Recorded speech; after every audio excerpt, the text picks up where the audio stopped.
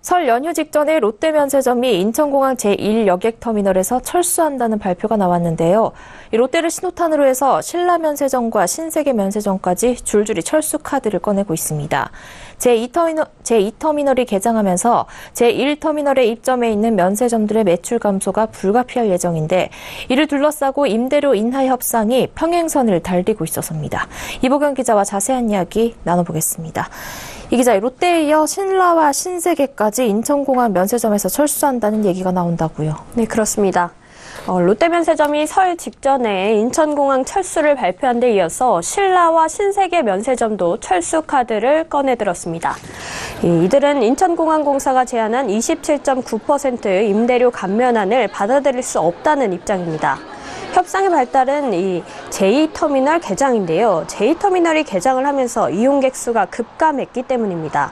지난해부터 공사와 면세점 측은 이런 사태를 예상하고 임대료 재조정에 나섰습니다. 그렇지만 롯데는 협상에서 해결을 보지 못하고 철수를 공식화했고요. 이번에는 신라와 신세계도 철수 카드를 검토하고 있는 겁니다. 네, 이 면세점 입장에서는 임대료 감면분이 27.9%가 너무 적다고 이걸 더 늘려달라는 얘기인데요. 이 임대료 감면분은 어떤 근거로 나오게 된 겁니까? 네, 우선 27.9%라는 숫자는 고객 수가 감소할 것을 우려해서 이 인천공항공사가 내놓은 감면안입니다. 인천공항공사는 T2가 개장을 하면서 T1의 고객 수가 30% 빠질 것이라는 예상을 바탕으로 임대료를 27.9% 깎아주겠다라고 한 건데요. 반면에 이 면세점 사업자들은 객단가를 고려해야 한다라고 주장을 하고 있습니다. 저가 항공사와 외국 항공사 고객들의 구매력은 국내 항공사 고객들의 30%에서 40% 수준에 그치기 때문인데요. 대한항공은 이미 T1에서 T2로 이사를 갔고 또 아시아나항공은 올해 안에 이 T1 서편에서 T1 동편으로 이동을 합니다. 아시아나항공이 있던 서편에는 저가 항공사와 외국 항공사가 들어올 예정인데요. 현재 신라와 신세계는 서편에서 사업을 하고 있는데 객단가가 확 줄어들 것으로 예상됩니다.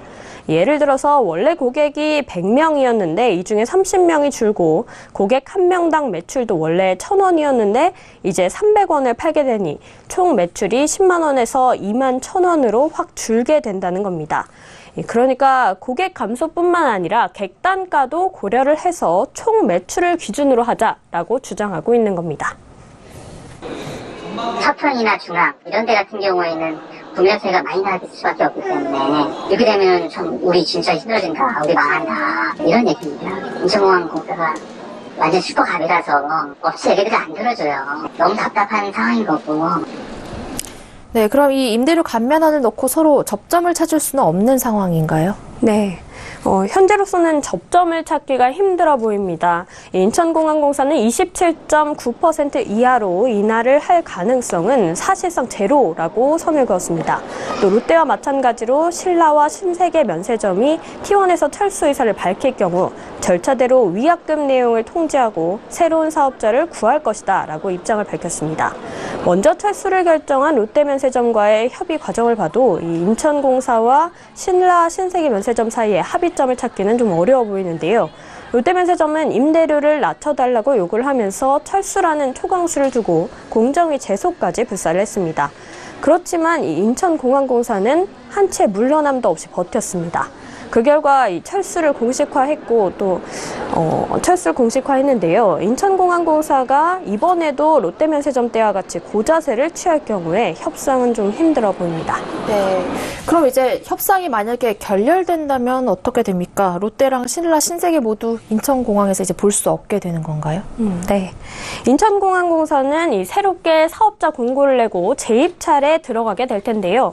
사실 3사 외에 중소, 중견기업들이 인천공항 면세점을 운영하기에는 자금 여력이라던가 이 브랜드 협상력이 떨어져서 한계가 있습니다. 따라서 이 면세점 3사는 이번에 협상 결렬을 철수를 하더라도 다시 T1에 입성할 가능성이 높습니다. 이 심사 과정에서 페널티를 받더라도 이 운영 역량이라던가 임대료 지불 영역 등에서 높은 점수를 받을 수밖에 없기 때문인데요. 또 재협상을 하게 되면 이 면세점 3사가 철수한 상황에서 인천공항공사가 기존의 임대료 납부 방식을 유지하기는 힘들 것으로 보입니다. 이 T2 때 임대료 납부 방식을 정할 때도 이 사업자들이 임대료 산정 방식에 강하게 불만을 표하면서 임대료 지불 방식을 바꿔서 이 부담이 크게 줄은 바 있습니다. T1 때 임대료 산정 방식도 좀 변화할 것으로 예상이 됩니다.